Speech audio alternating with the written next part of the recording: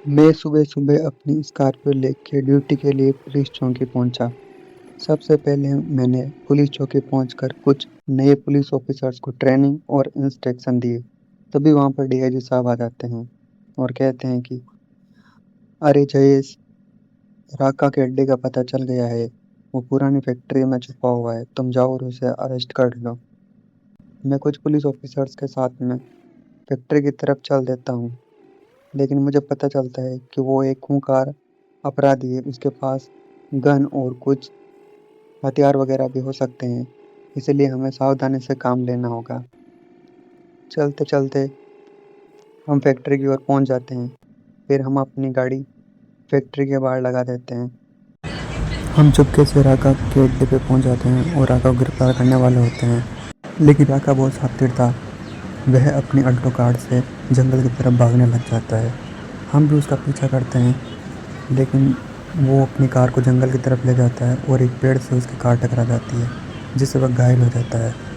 हम भी जंगल में उसकी कार के पास पहुंचते हैं और उससे घायल अवस्था में गिरफ्तार कर लेते हैं और थाने ले जाकर जेल में बंद कर देते हैं। तभी राका के साथियों का फ़ोन आता है कि हमने डीआईजी के बेटे राजू को किडनैप कर लिया है, अगर राजू चाहिए तो हमें राका दे दो। और हम सीसीटीवी फ़ोटोज़ देखते हैं डीआईजी के घर की, जिसमें वो एक इको गाड़ी में उसको किडनैप करके ले जाते हैं। इको गाड़ी की ट्रेसिंग से पता चलता है कि उसकी स्थिति काली पहाड़ी है। हम और डीआईजी राका को लेकर एयरपोर्ट की तरफ निकल जाते हैं, क्योंकि वहाँ से हमें हेलीकॉप्टर के माध्यम से काली पहाड़ी जाना होगा, क्योंकि हम गाड़ी से नहीं जा सकते आसानी से। हम एयरपोर्ट पहुँच जाते हैं और हेलीकॉप्टर में बैठने की तैयारी करते हैं और फाइनली हम हेलीकॉप्टर में बैठ गए। कुछ देर में हम काली पहाड़ी पहुँच जाएंगे और फाइनली लगता है हम काली पहाड़ी पहुँच गए। यहाँ से वो राका के साथी और राजू दिखाई दे रहा है। हम फिर हेलीकॉप्टर से नीचे उतरते हैं और राका के साथियों की तरफ बढ़ते हैं। राका को उन्हें सौंपते हैं, लेकिन वो राजू को सौंपने से मना कर देते हैं, क्योंकि उन्हें पता होता है कि अगर राजू को सौंप देंगे तो वो हम पुलिस वाले हमें नहीं छोड़ेंगे। और राजू भी रो रहा था। इतने में इंडियन आर्मी आ जाती है, क्योंकि उन्हें हमें पहले ही इन्फॉर्म करके रखा था। इंडियन आर्मी आ जाती है और उनको चारों तरफ से घेर लेती है। सारे गुंडे सरेंडर कर देते हैं।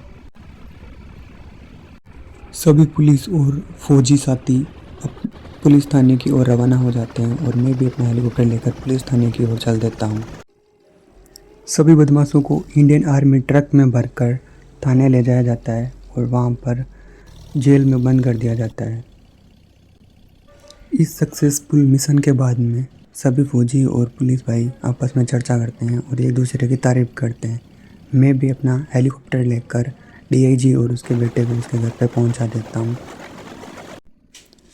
फिर राजू को हम अपनी माँ से मिलवाते हैं, और क्योंकि उसकी माँ राजू को लेकर बहुत ज़्यादा परेशान थी और रो रही थी। फिर मैं वापस हेलीकॉप्टर लेकर एयरपोर्ट की तरफ चल देता हूँ। मिलते हैं नए कहानी के साथ। धन्यवाद।